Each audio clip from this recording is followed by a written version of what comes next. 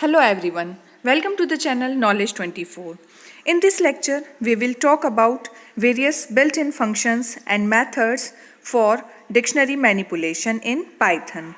So let's start. The first function is dict function, which is used to create the dictionary. Suppose we want to create a student dictionary with no element, then we will write student equal to dict and parenthesis, and we write student and press enter, then it will create the empty dictionary.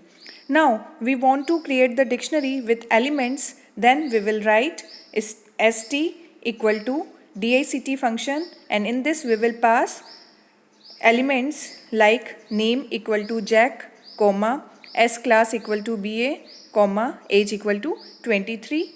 Now then we will write st and press enter. So we got this dictionary. Notice that name, S class and age elements are not written in single quote or double quote. So in this we are using no quotation mark.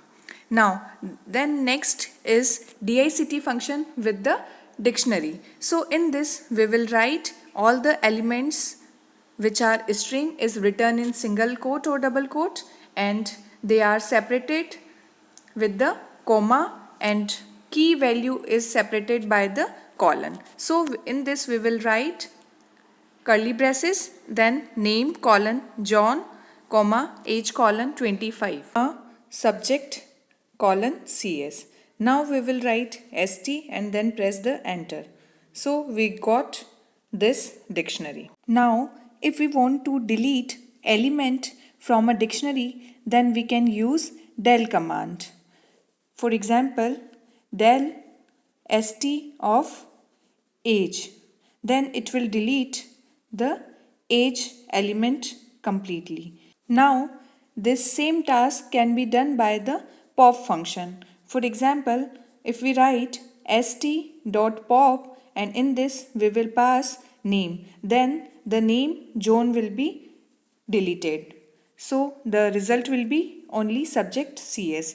Now if we want to delete complete dictionary, then we will write del command then st. So it will delete the complete dictionary, and if we want to access the st, then it will gives the error. The next is clear function, which is used to remove all the items and make the dictionary empty. So this is the difference between del command and clear. In del command it completely delete the dictionary, but in clear function it makes the dictionary empty.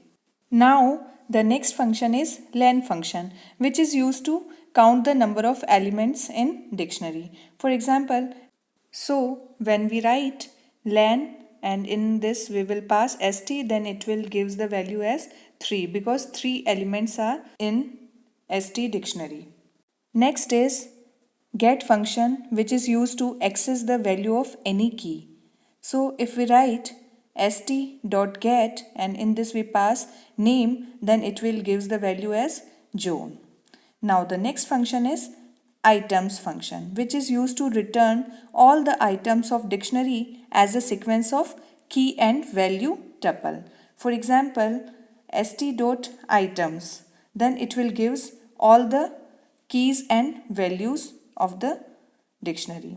Now the next is the update function. So it is used to merge items from the new dictionary into the original dictionary. In this we are use st1 dictionary also, and in this we pass these values.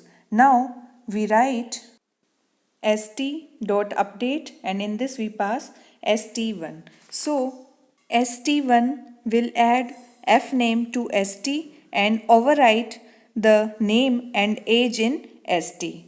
So when we print st, then it will gives these values after the overwriting and add, and when we print st1, then it will gives the same value as before.